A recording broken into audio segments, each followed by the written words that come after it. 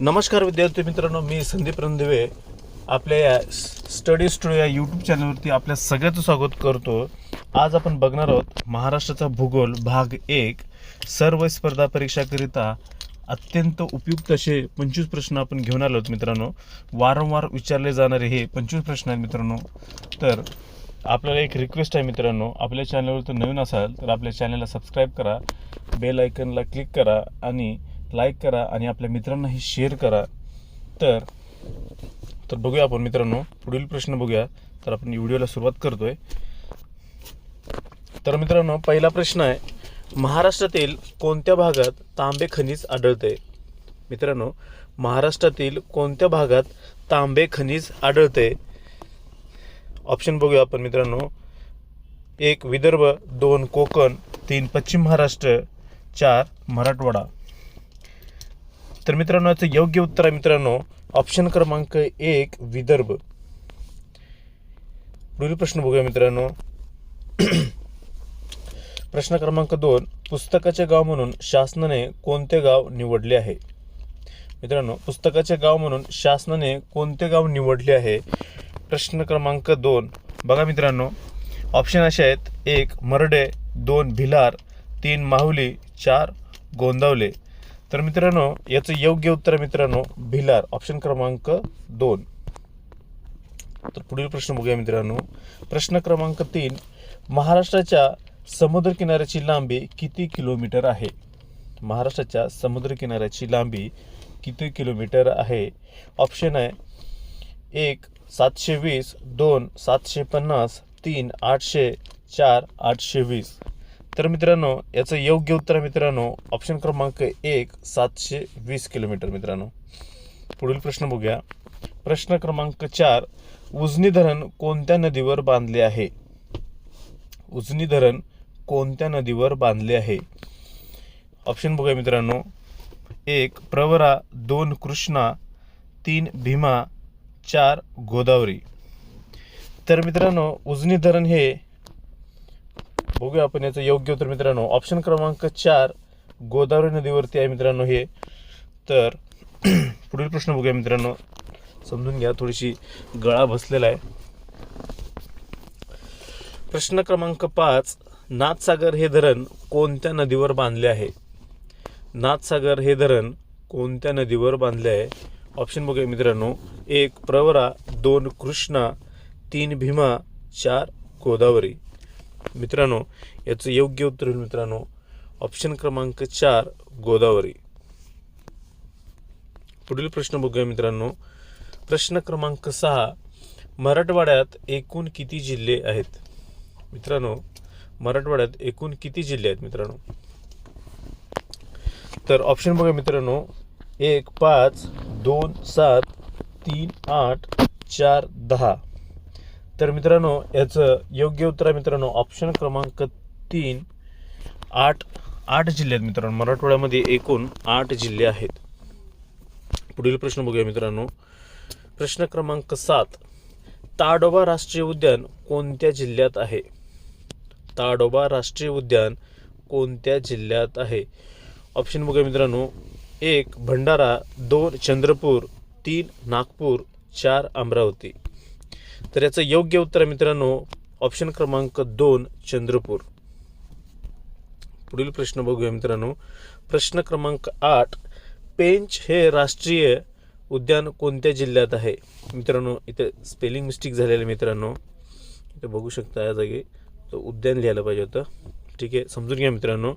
तर प्रश्न असा आहे, पेंच राष्ट्रीय उद्यान कोणत्या जिल्ह्यात आहे? पेंच राष्ट्रीय उद्यान कोणत्या जिल्ह्यात आहे? ऑप्शन बघूया मित्रांनो. 1 चंद्रपूर, 2 भंडारा, 3 नागपूर, 4 गोंदिया.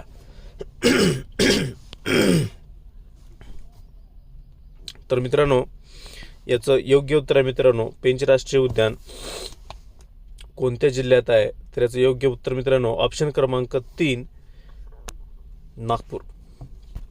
पुढील प्रश्न बघूया मित्रांनो. प्रश्न क्रमांक 9, गंगापूर प्रकल्प कोणत्या नदीवर आहे? गंगापूर प्रकल्प कोणत्या नदीवर आहे? ऑप्शन असे आहेत मित्रांनो. 1 गंगा, 2 पूर्णा, 3 पैनगंगा, 4 गोदावरी. तर मित्रांनो याचं योग्य उत्तर आहे मित्रांनो ऑप्शन क्रमांक 4 गोदावरी. पुढील प्रश्न बघूया मित्रांनो. प्रश्न क्रमांक 10. संयुक्त महाराष्ट्र राज्याची स्थापना कोणत्या वर्षी करण्यात आली? संयुक्त महाराष्ट्र राज्याची स्थापना कोणत्या वर्षी करण्यात आली? ऑप्शन मित्रांनो 1 मे 1960, 2 1 मे 1950, 3 1 नोव्हेंबर 1956, 4 15 ऑगस्ट 1957. तर मित्रांनो याचं योग्य उत्तर आहे मित्रांनो ऑप्शन क्रमांक 1 मे 1960 याचं योग्य उत्तर आहे मित्रांनो. प्रश्न क्रमांक 11. महाबळेश्वर हे थंड हवेचे ठिकाण कोणत्या जिल्ह्यात आहे? महाबळेश्वर हे थंड हवेचे ठिकाण कोणत्या जिल्ह्यात आहे? तर ऑप्शन आहेत मित्रांनो 1 पुणे, 2 सातारा, 3 सांगली, 4 रायगड. तर मित्रांनो याचं योग्य उत्तर आहे मित्रांनो ऑप्शन क्रमांक 2 सातारा. पुढील प्रश्न बघूया मित्रांनो. प्रश्न क्रमांक 12. मेळघाट अभयारण्य कोणत्या प्राण्यासाठी प्रसिद्ध आहे? मेळघाट अभयारण्य कोणत्या प्राण्यासाठी प्रसिद्ध आहे? तर मित्रांनो ऑप्शन असे आहेत 1 सिंह, 2 कासव, 3 वाघ, 4 हत्ती. तर मित्रांनो योग्य उत्तर आहे मित्रांनो ऑप्शन क्रमांक 3 वाघ. पुढील प्रश्न बघू मित्रांनो. प्रश्न क्रमांक 13. महाराष्ट्रातील सर्वात उंच शिखर कोणते? महाराष्ट्रातील सर्वात उंच शिखर कोणते? तर ऑप्शन आहेत मित्रांनो 1 कळसुबाई, 2 नंदादेवी, 3 महाबळेश्वर, 4 माथेरान. तर मित्रांनो महाराष्ट्रातील सर्वात उंच शिखर हे ऑप्शन क्रमांक 1 याचं योग्य उत्तर आहे मित्रांनो कळसुबाई. याची लांबी आहे मित्रांनो 1646 किलोमीटर आहे मित्रांनो. तर मित्रांनो पुढील प्रश्न बघूया. प्रश्न क्रमांक 14. महाराष्ट्रातील सर्वात जास्त समुद्रकिनारा लागलेला जिल्हा कोणता? महाराष्ट्रातील सर्वात जास्त समुद्रकिनारा लागलेला जिल्हा कोणता? त्याचे ऑप्शन आहेत मित्रांनो 1 रत्नागिरी, 2 सिंधुदुर्ग, 3 रायगड, 4 मुंबई. तर मित्रांनो याचं योग्य उत्तर आहे मित्रांनो ऑप्शन क्रमांक 1 रत्नागिरी. पुढील प्रश्न बघूया मित्रांनो. प्रश्न क्रमांक 15. भीमा नदीचे उगमस्थान कोठे आहे? भीमा नदीचे उगमस्थान कोठे आहे? तर मित्रांनो याचे ऑप्शन असे आहेत 1 त्र्यंबकेश्वर, 2 गंगोत्री, 3 भीमाशंकर, 4 महाबळेश्वर. तर मित्रांनो याचं योग्य उत्तर आहे मित्रांनो ऑप्शन क्रमांक 3 भीमाशंकर. पुढील प्रश्न मित्रांनो 16वा प्रश्न. महाराष्ट्रातील चपराळा अभयारण्य कोणत्या जिल्ह्यात आहे? महाराष्ट्रातील चपराळा अभयारण्य कोणत्या जिल्ह्यात आहे? तर याचे ऑप्शन आहेत मित्रांनो 1 भंडारा, 2 सिंधुदुर्ग, 3 रायगड, 4 गडचिरोली. तर मित्रांनो याचं योग्य उत्तर आहे मित्रांनो ऑप्शन क्रमांक 4 गडचिरोली. तर मित्रांनो पुढील प्रश्न बघूया. प्रश्न क्रमांक 17. तारापूर येथे कोणता प्रकल्प आहे? तारापूर येथे कोणता प्रकल्प आहे? तर मित्रांनो याचे ऑप्शन असे आहेत 1 पवन ऊर्जा, 2 लोह पोलाद, 3 खनिज तेल, 4 अणुऊर्जा. तर मित्रांनो याचं योग्य उत्तर आहे मित्रांनो ऑप्शन क्रमांक 4 अणुऊर्जा. पुढील प्रश्न बघूया मित्रांनो. प्रश्न क्रमांक 18. पांढरे सोने कशास म्हणतात? पांढरे सोने कशास म्हणतात? तर मित्रांनो याचे ऑप्शन आहेत 1 चांदी, 2 ऊस, 3 कापूस, 4 दूध. तर मित्रांनो याचं योग्य उत्तर आहे मित्रांनो ऑप्शन क्रमांक 3 कापूस यास पांढरे सोने म्हणून असे म्हणतात मित्रांनो. पुढील प्रश्न मित्रांनो 19 नंबरचा प्रश्न आहे मित्रांनो बघा. कोकणातील नद्या कोणत्या प्रकारच्या वाहिन्या आहेत? मित्रांनो कोकणातील नद्या कोणत्या प्रकारच्या वाहिन्या आहेत? त्याचे ऑप्शन असे आहेत मित्रांनो 1 पूर्व, 2 पश्चिम, 3 दक्षिण, 4 उत्तर. तर मित्रांनो याचं योग्य उत्तर आहे मित्रांनो ऑप्शन क्रमांक 2 पश्चिम वाहिन्या.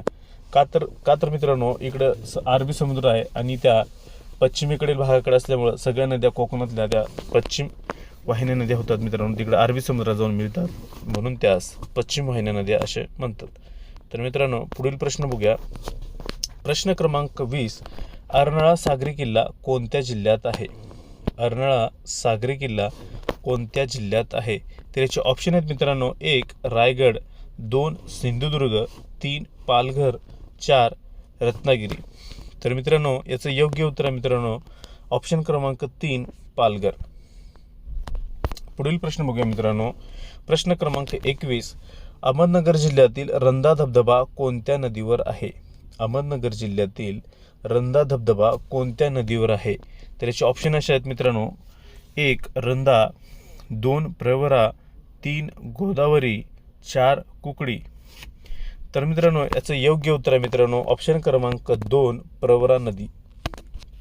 पुढील प्रश्न बघूया मित्रांनो आपण. प्रश्न क्रमांक 22. प्रिन्स ऑफ वेल्स हे संग्रहालय कोठे आहे? प्रिन्स ऑफ वेल्स हे संग्रहालय कोठे आहे? तर मित्रांनो याचे ऑप्शन असे आहेत. 1 मुंबई, 2 लखनौ, 3 दिल्ली, 4 हैदराबाद. तर मित्रांनो याचं योग्य उत्तर आहे मित्रांनो हे ऑप्शन क्रमांक 1 मुंबई. पुढील प्रश्न बघतो मित्रांनो आपण. प्रश्न क्रमांक 23. महाराष्ट्रातील सर्वात कमी क्षेत्रफळ असलेला जिल्हा कोणता? महाराष्ट्रातील सर्वात कमी क्षेत्रफळ असलेला जिल्हा कोणता? तर मित्रांनो याचे ऑप्शन आहेत. 1 मुंबई शहर, 2 बुलढाणा, 3 गडचिरोली, 4 सिंधुदुर्ग. तर मित्रांनो याचं योग्य उत्तर आहे मित्रांनो ऑप्शन क्रमांक 1 मुंबई. पुढील प्रश्न बघूया मित्रांनो. प्रश्न क्रमांक 24. तारापूर विद्युत प्रकल्प कोणत्या जिल्ह्यात आहे? तारापूर विद्युत प्रकल्प कोणत्या जिल्ह्यात आहे? तर मित्रांनो याचे ऑप्शन आहेत. 1 मुंबई शहर, 2 पुणे, 3 पालघर, 4 रायगड. तर मित्रांनो याचं योग्य उत्तर आहे मित्रांनो ऑप्शन क्रमांक 3 पालघर. तर मित्रांनो पुढील प्रश्न बघूया आपण. प्रश्न क्रमांक 25. गोदावरी नदीचा उगम कोठे झाला आहे? गोदावरी नदीचा उगम कोठे झाला आहे?